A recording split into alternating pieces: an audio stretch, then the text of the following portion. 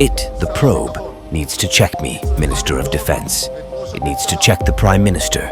It needs to check the Chief of Staff and the head of the Shin Bet.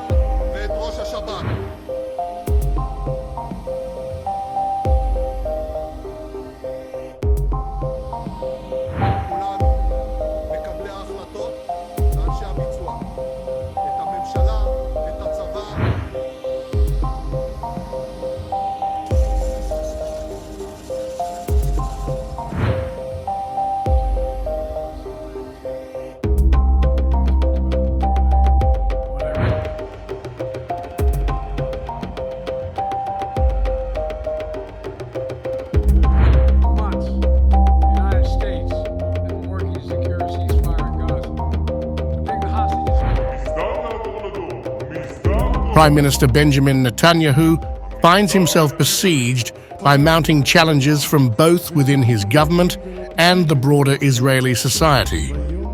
The latest upheaval came when Defense Minister Yoav Gallant publicly called for the establishment of a state commission of inquiry to investigate the October 7th Hamas-led attack and the subsequent handling of the crisis. This shocking move marks a direct challenge to Netanyahu, who has thus far resisted calls for an immediate investigation, arguing that it should be deferred until the ongoing conflict in Gaza is resolved. We require a probe at the national level, a probe that will clarify the facts, allow the drawing of conclusions, and lead to the assimilation of correct lessons. A probe on a national level has a name, a State Investigation Committee. The investigation committee needs be objective. It needs to check all of us, the decision makers and the executors, the government, the army, and the security bodies in this government and the governments in the last decade, which lead to the events of October 7th. Gallant insisted on including himself and Netanyahu and the Shin Bet in the investigation, a major setback and a direct challenge to Netanyahu. Gallant's words garnered significant applause. It, the probe, needs to check me, Minister of Defense. It needs to check the Prime Minister. It needs to check the Chief of Staff and the head of the Shin Bet.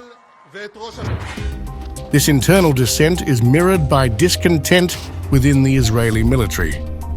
Rear ADM. Daniel Hungary, an Israeli military spokesperson, acknowledged the military's failure to protect citizens in the October 7th attack. This admission raises doubts about the effectiveness of Netanyahu as a leader of the country. Today we started the process of presenting the military investigations about the October 7 events. That day, the IDF failed in its mission to protect the citizens of Israel. We were not prepared for the murderous terrorist attack by Hamas, involving thousands of terrorists who infiltrated the country at dozens of points at the same time, and began a campaign of killing, slaughter, and kidnapping in the southern settlements and IDF outposts.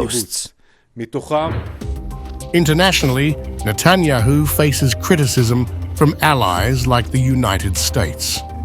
President Joe Biden expressed frustrations with Israel's far-right government, labeling it the most conservative Israeli administration he has encountered.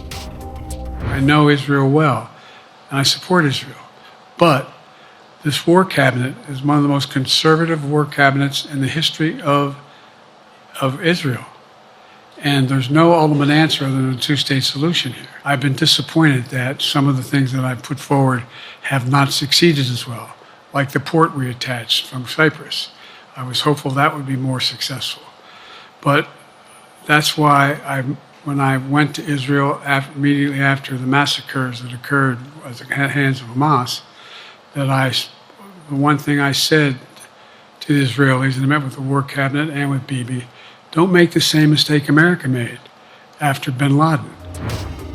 Adding to Netanyahu's woes are the persistent protests in Tel Aviv, where Israelis have been rallying weekly, demanding the release of hostages, a ceasefire, and fresh elections. The public's call for change signals a deepening crisis of confidence in Netanyahu's leadership. As Netanyahu navigates these turbulent times, The pressure from both domestic and international fronts could redefine the political landscape in Israel, challenging his hold on power and potentially leading to greater discontent among the public or even worse consequences.